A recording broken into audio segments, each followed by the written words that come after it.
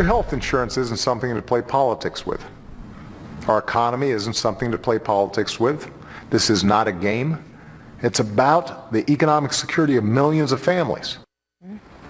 Well, that was President Obama last August, challenging a Republican plan to delay parts of Obamacare because Republicans felt it wasn't ready, and arguing that the health care overhaul was just too important, he said, to play politics with. That was then, and now we've got reports today that the administration is considering their own delay to a very critical part of this plan that would push it back until after the midterm elections. Curious? Some think it is. Chris Tirewalt joins me now, Fox News digital politics editor.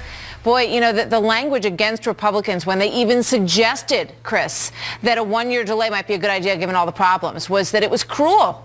That how could they keep people from a better health care plan? Now the president has the same idea, but somehow it's not cruel anymore. Well, a couple of Democrats at the time, even Joe Manchin from West Virginia, a couple of Democrats came forward at the time and said, let's just delay this. This is not working. We need time to put it together. And they said, you can't do it. This is too important. And since then, we've had delay after delay after delay after delay because, as we know, this was a law designed to do two things. One, eventually, maybe, kind of provide health insurance for all or a lot of Americans.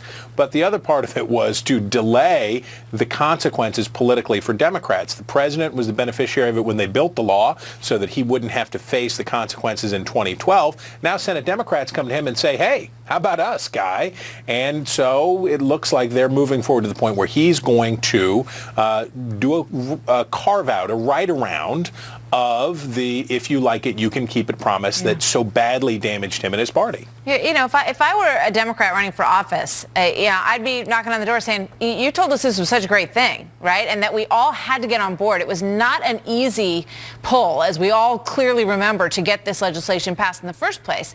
But the president convinced them. Nancy Pelosi convinced them. You got to be with us on this. This is the best thing in the world for the American people. So they got to be scratching their heads now, and some of them are probably angry. Well, probably angry, and understandably so, because remember, the message from the president was this is the hard thing. It's not like the old welfare programs or the old entitlement programs where there was a clear benefit, there was a cost and a benefit, we're going to raise this tax and then give this away. This is a complicated, abstruse law that is working its way through the entire U.S. healthcare system and touching every single American.